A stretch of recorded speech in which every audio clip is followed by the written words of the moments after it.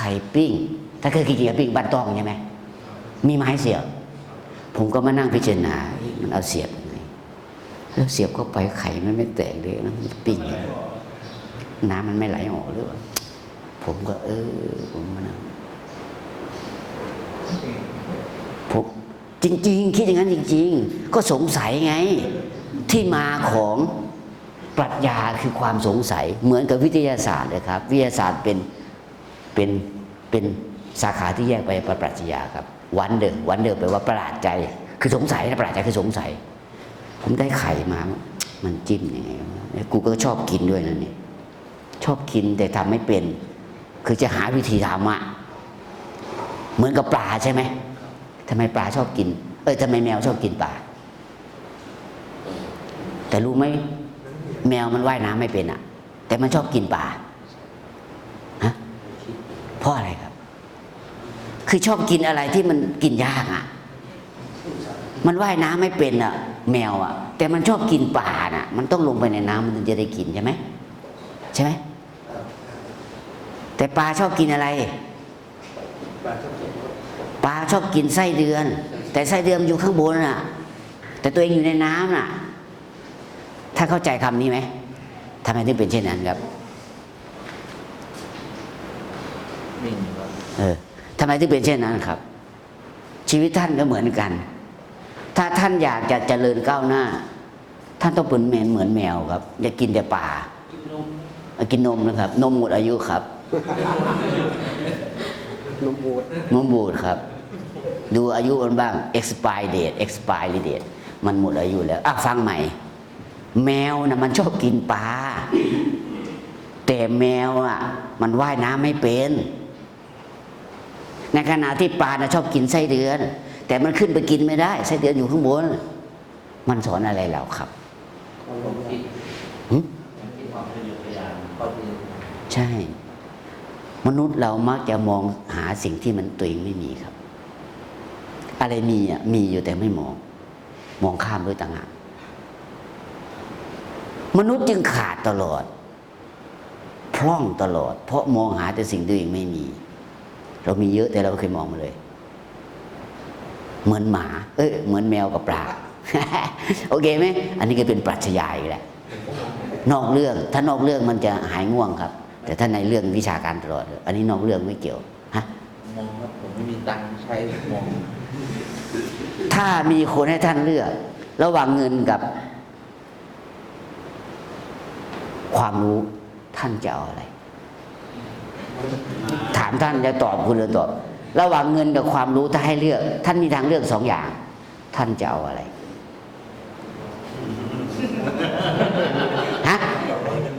เอาอะไรครับเอาแล้วให้ท่านตอบเองมีทางเลือกแค่2 ตัวเอาเงินใช่ไหมครับมนุษย์นั้นมักจะอยากได้สิ่งที่ตัวเองไม่มีท่านเลือกอะไรเมื่อกี้นี้เลือกเงินแสดงว่าความรู้ท่านไม่มีตอนนี้เข้าใจไหมเอาจริงๆแล้วเขาไม่ได้เงินอันนี้ผมพูดซอฟๆแล้วนะจริงๆต้องบอกเงินกับสมองท่านจะเลือกเอาอะไรสมองถ้าท่านเลือกสมองก็แสดงว่าท่านไม่มีสมอง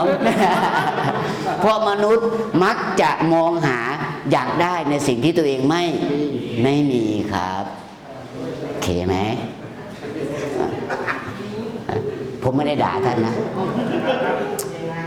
ผมไม่ได้ด่าท่านนะปรัชญาเริ่มต้นด้วยอะไร เวลาออกข้อสอบจะมีภาพให้ดูไม่พูดมากแล้วก็ถามว่าจากภาพที่ท่านเห็นนี้ปรัชญาเกิดจากอะไรเกิดปัญญาเกิดได้อย่างไร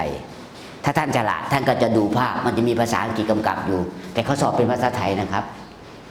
ใช่ไหมอันนี้ท่านอย่าบอกว่าเขาพิมพ์ผิดนะเขาไม่ได้พิมพ์ผิดมันเป็นภาษากรีกโบราณครับเหมือนกับภาษาขอมบ้านเราใช่ไหมอันนี้นะเนี่ยปรัชญาเริ่มต้นด้วยความสงสัยใฝ่รู้เกิดขึ้นทำไมว่าเราถึงอยากได้ในสิ่งที่เราไม่มีก็มันไม่มีนะอยากได้มันจะได้ไหมก็มันไม่มีไงถ้าเรามองในสิ่งที่ตัวเองมีครับเราจะไม่พร่อง เราจะไม่ขาดครับ อันนี้เป็นปรัชญานะใช่ไหมเหมือนกับโสกติสถ้าผมทนผู้หญิงคนนี้ได้ ผมจะอยู่กับผู้หญิงได้ทั้งโลกสุดยอดในความคิดเขาสุดยอดไหมไปไหนก็ไม่ต้องระแวงใช่ไหมไม่อยู่บ้านก็ไม่ต้องระแวงเขาเฝ้าบ้านให้ครับครับโอเคไหมอันนี้เอาไปใช้ได้นะเวลาหาชีวิตคู่หาคนที่อยู่กับเราแล้วเรามีความสุขเพิ่มหาคนที่อยู่กับเราแล้วเขาดูแลเราเราก็ดูแลเขาจะหน้าตาดีแค่ไหนแต่เขาไม่ดูแลเราหรืออยู่ด้วยกันไม่รอดอย่างเงี้ยมันก็ไม่ได้มีประโยชน์ใช่ไหมครับนี่ชีวิตคู่นะเอาไปใช้นะปรัชญาเริ่มต้นด้วยความสงสัย why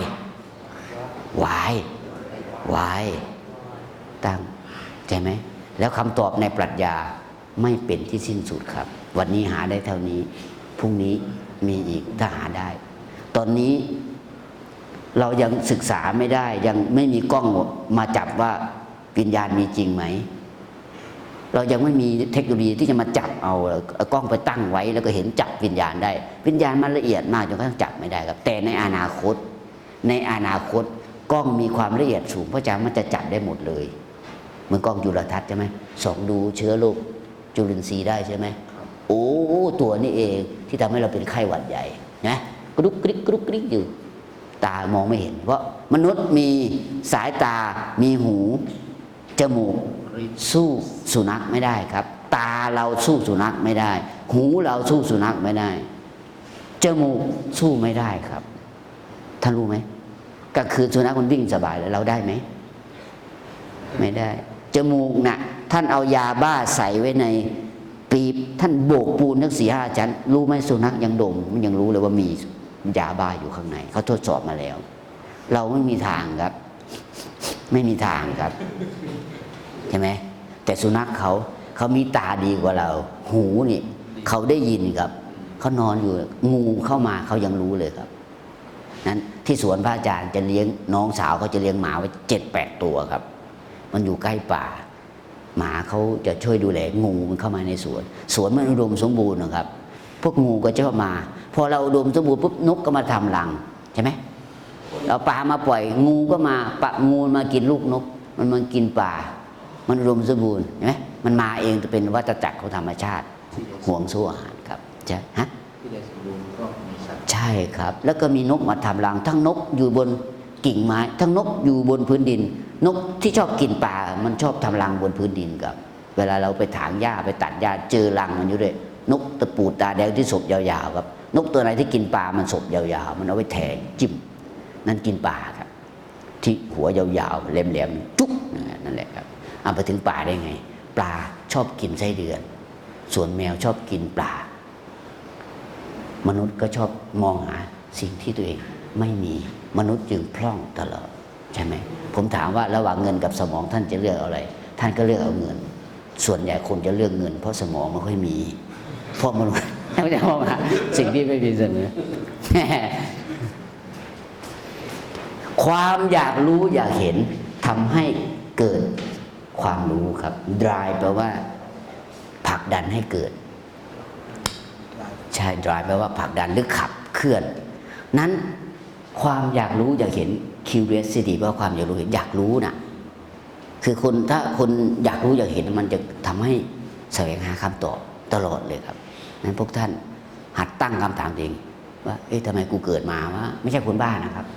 ท่านตั้งคำถามนี่ไม่ใช่คนบ้านะครับเอ๊ะทำไมกูต้องมาเรียนวะตอบตัวเองได้ไหมทำไมกูต้องมาเรียนวะเอ๊ะทำไมกูต้องแต่งงานวะเอ๊ะทำไมกูต้องตายวะลองตั้งคำถามดูครับแล้วหาคำตอบตัวเองนะอย่าไปหาคำตอบคนข้างๆครับคำตอบ10 คนก็10อย่างเราลองถามตัวเองแล้วตอบตัวเองดูว่าจะเป็นยังไงแล้วเอาคำตอบไปให้เพื่อนดูเกิดมาทำไมเคยถามไหมฮะไม่เคยถามเลย ปรัชญาจึงไม่เกิดเราจะอยู่แค่ประมาณ 4,000 สัปดาห์เท่านั้นในชีวิตเราคิดเป็นวันก็ 27,000 วัน 27,000 วันคือชีวิตมนุษย์อายุเฉลี่ยเราเดี๋ยวนี้ปัจจุบันนี้ยาวขึ้น80 ปีครับอายุเฉลี่ย80 ปีเพราะ หมอเก่งขึ้น สาธารณสุขเก่งขึ้นมันอายุเฉลี่ยมนุษย์ประมาณ80 ปีตัวนี้สมัยก่อนเนี่ยแค่70ครับตัวนี้80แล้วนั้นความอยากรู้อยากเห็นก็จะเป็นอะไรครับ เป็นบ่อเกิดของความรู้ มันจะทำให้เราแสวงหาต่อไปครับ บิดาแห่งปรัชญาตอบได้ไหมชื่ออะไร ข้อสอบจะเป็นแนวนี้มีภาพแล้วก็ถามมีภาพแล้วก็ถามเข้าใจไหมครับจะมีภาพทุกข้อเลยต่อไปนี้เทอมที่ผ่านมามีแค่หมูเด้งตอนนี้หมูเด้งออกหมดจะเป็นภาพนักปรัชญาเพราะเราเริ่มเก่งขึ้นเนี่ยถามจากภาพที่ท่านเห็นใครคือบิดาของปรัชญาไม่ใช่โสเครติสนี่เป็นบิดาแห่งปรัชญาสมัยรุ่งเรืองครับคนที่เป็นบิดาแห่งปรัชญาชื่อทาเลสครับคนนี้ครับนี่ไง first philosopher ครับทาเลสครับใช่ทาเลสบอกว่าอันนี้ความคิดเมื่อเกือบย้อนหลังไปประมาณสัก 3,000 ปีนะครับเขายังคิดได้ขนาดนี้ถ้าเป็นผมคิดไม่ได้ครับรวมทั้งผู้ท่านด้วยอ่ะผมถามผมจะให้นี้ถ้าเป็นผมคิดไม่ได้แต่มีเด็กคนหนึ่งคิดได้ครับอันนี้ไม่เกี่ยวกับเรื่องนี้แต่จะเปรียบเทียบให้ฟังว่าการคิดได้คิดไม่ได้อ่ะให้ท่านดูนะบางคนอาจจะรู้อ่ะผมจะให้ท่านดูเลขนี้1 2 3 4 5 6 7 8 9 10 11